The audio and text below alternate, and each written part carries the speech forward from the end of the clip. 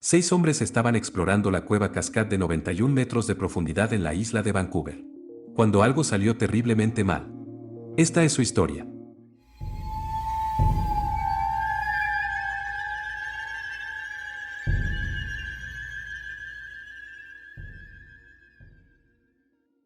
En la costa oeste de la Columbia Británica, Canadá, se encuentra la hermosa isla de Vancouver, hogar de la capital de la provincia, Victoria.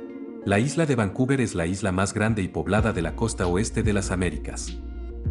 La isla de Vancouver también tiene un clima diverso con algunas de las temperaturas más suaves de Canadá. La temperatura en enero rara vez desciende por debajo del punto de congelación, y las temperaturas de verano pueden alcanzar los 33 grados Celsius. El interior de la isla también tiene importantes montañas, similares a las que son típicas del resto del noroeste del Pacífico, y como resultado, existen grandes diferencias en la cantidad de precipitación en la isla. Además, la mayor parte de esto se precipita durante los meses de invierno.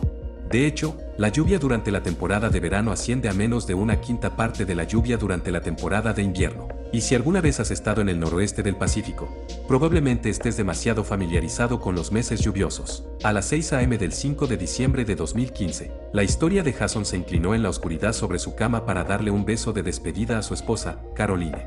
Ese día estaría viajando 129 kilómetros al noroeste de su casa en la ciudad de Duncan en la isla de Vancouver, para explorar una cueva con 5 amigos. Salió de su casa esa mañana y la lluvia caía constantemente, como es el caso de la mayoría de los días en los meses de invierno en el noroeste del Pacífico. Sin embargo, Jason estaba vestido para el clima húmedo, no solo para el viaje hasta allí, sino también para las condiciones dentro de la cueva.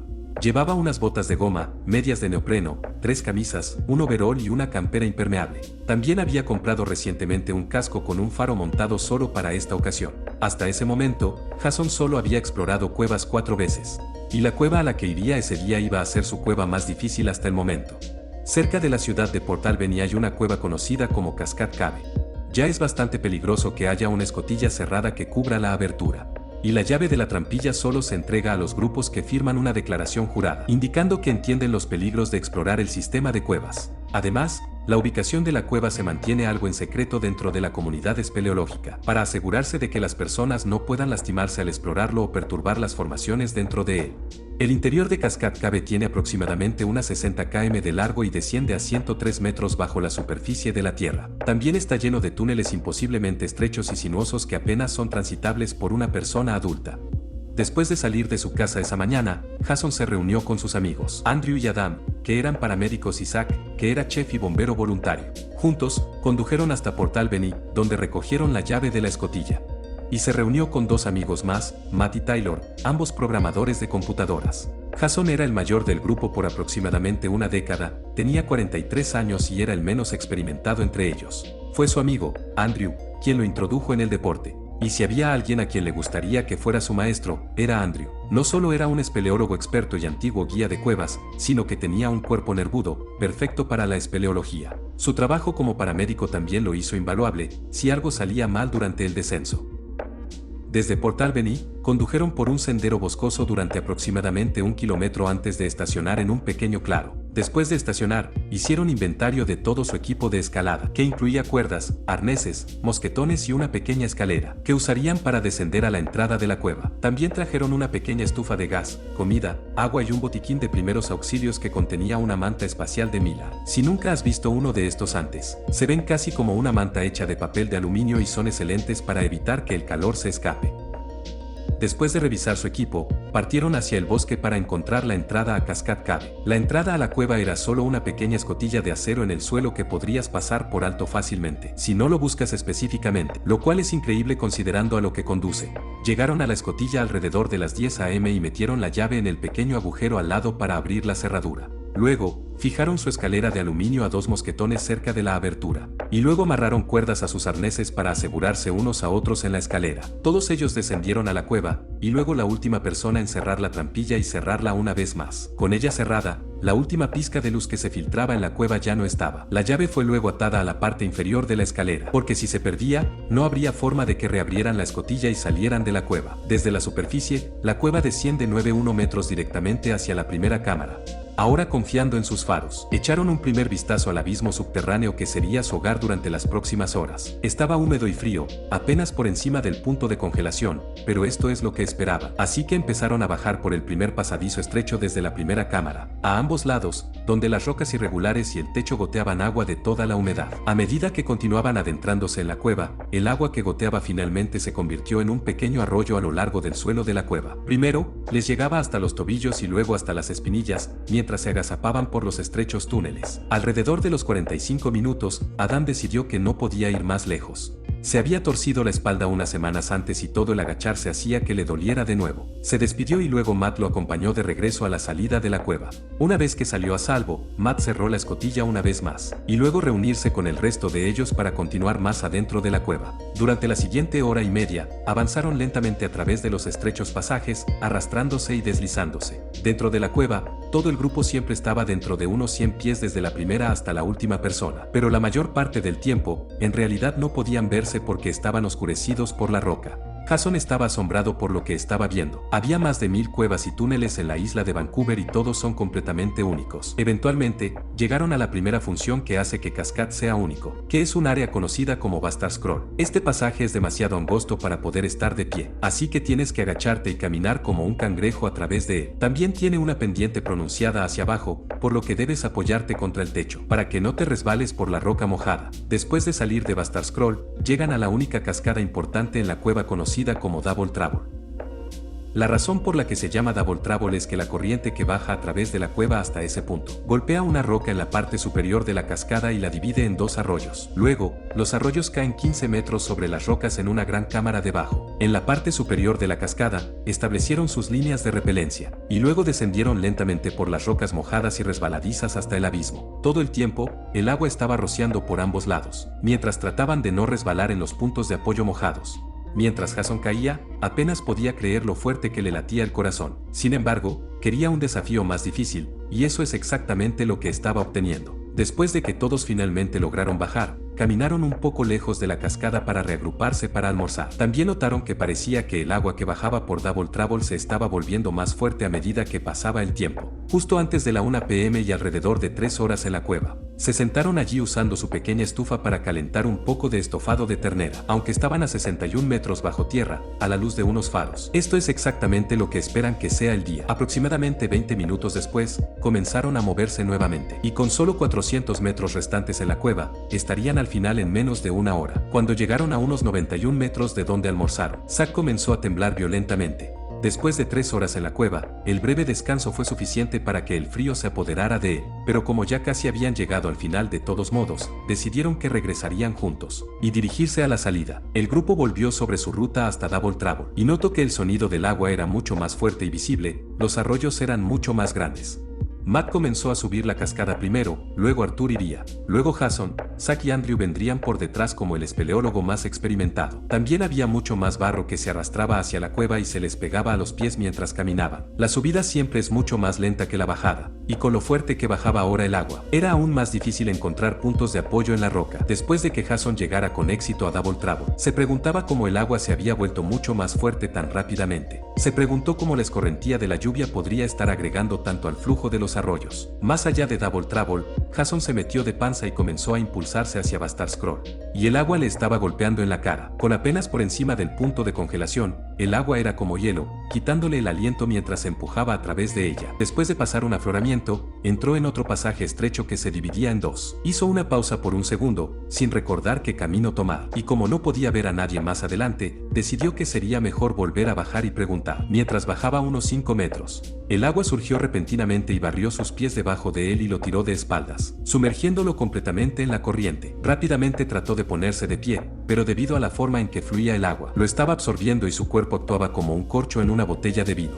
Apenas podía mantener la cabeza fuera del agua y la presión se acumulaba a su alrededor. Si no salía rápidamente, el agua lo arrojaría por el pasaje y sobre Double Trouble. Intentó moverse, pero su bota estaba atascada, y el agua helada que lo bañaba lo estaba volviendo extremadamente frío y rápidamente agotando toda su fuerza. Acostado boca arriba, se dio cuenta de que necesitaba pedir ayuda, pero cuando lo hizo, el agua simplemente fluyó en su boca, causando que se atragante y jadee por aire. Después de 5 minutos de luchar en el agua helada, pensando en su esposa e hijos, logró soltar un grito de auxilio. Zack y Andrew finalmente lo alcanzaron y se dieron cuenta de que Jason estaba en serios problemas. Andrew entró en acción y corrió hacia donde estaba atrapado Jason. Cuando llegó allí, apenas podía ver el rostro de Jason por encima del chorro de agua. Le gritó que mantuviera la cabeza fuera del agua y comenzó a intentar sacarlo, pero entre el espacio reducido y el agua que corre, fue increíblemente difícil obtener algún apalancamiento. Jason también estaba tan débil en este punto y el agua estaba tan ruidosa, apenas podía comunicarse con Andrew.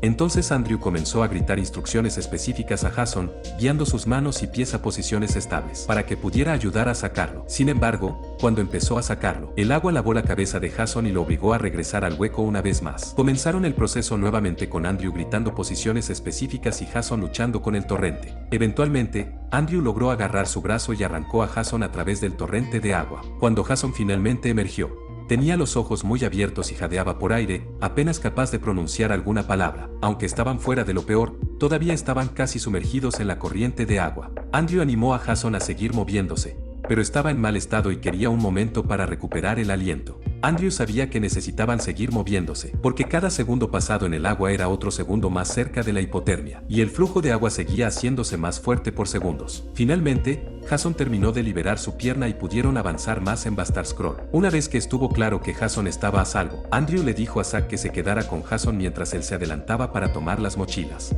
Unos 15 minutos después, regresó con la bolsa de suministros que contenía la manta de Mylar, e inmediatamente lo envolvió alrededor de Jason. Le dijo a Zack que el agua estaba mucho más alta y corría mucho más rápido, así que debería subir y unirse a los demás y contarles lo que pasó. Si él y Jason no estuvieran detrás de ellos en 30 minutos, deben salir de la cueva y alertar a búsqueda y rescate. También sabía que si por alguna razón él y Jason no podían salir de esa área, no había suficiente espacio para que se quedaran 3 personas. Luego usó la estufa de gas para calentar agua y la derramó sobre la ropa de Jason para calentarlo, aunque no tenía un termómetro para comprobarlo. Andrew sabía que Jason probablemente tenía hipotermia en etapa 2. Hacía tanto frío que había dejado de temblar y todo el color había desaparecido de su rostro. Afortunadamente, entre la manta de Mylar y el agua tibia, Jason recuperó lentamente el color y finalmente estuvo lo suficientemente caliente como para tratar de salir de la cueva. Desde donde estaban, en circunstancias normales, sería alrededor de una hora de regreso a la superficie. Pero cuando comenzaron a salir, tuvieron que luchar contra el agua que corría a cada paso. La sección final de Bastard Scroll tenía solo un espacio de 10 centímetros entre el agua y el techo, y esto significaba que no podrían arrastrarse a través de él y mantener la cabeza fuera del agua. Con eso, Andrew supo que tenían que dar marcha atrás y esperar hasta que las condiciones mejoraran, mientras esperaba que el agua no sumergiera completamente la cueva. Después de volver a bajar,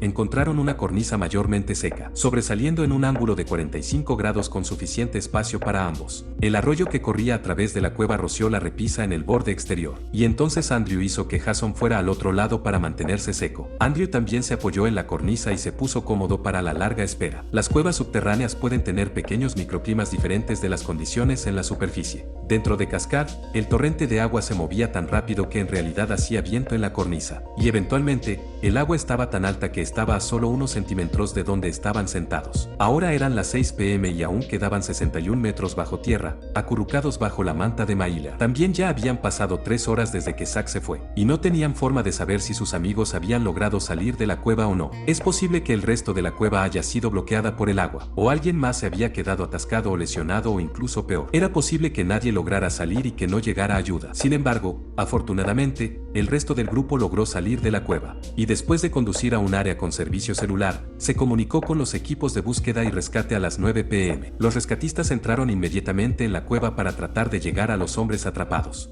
Pero el nivel del agua era demasiado alto y se movía demasiado rápido. Solo tendrían que esperar que el agua no estuviera llenando la cueva por completo, y que los 2 hombres habían encontrado algún tipo de refugio más profundo en la cueva. Dentro de la cueva, Jason y Andrew mantuvieron sus faros apagados para conservar las baterías, y entonces se sentaron allí en completa oscuridad, preguntándose si alguien vendría a ayudarlos. Pasaron las horas y el agua subía lentamente más y más alto. No podían dormir porque el ángulo de 45 grados en el que estaban significaría que si no se concentran en mantener el equilibrio, se deslizarían por la cornisa y caerían al agua. A lo largo de la noche, se comunicaban entre sí cada 20 minutos más o menos. Y finalmente a las 5 a.m., el agua parecía haber comenzado a retroceder. Esperaron un poco más para asegurarse de que era seguro y luego hicieron otro intento de salir. Después de estar sentado exactamente en la misma posición durante 12 horas y sin dormir, fue increíblemente difícil volver a moverse. En el transcurso de 90 minutos, arrastrándose a 4 patas y atravesando el agua hasta el pecho, finalmente se acercaron lo suficiente a la salida para ver las luces apagadas en la distancia.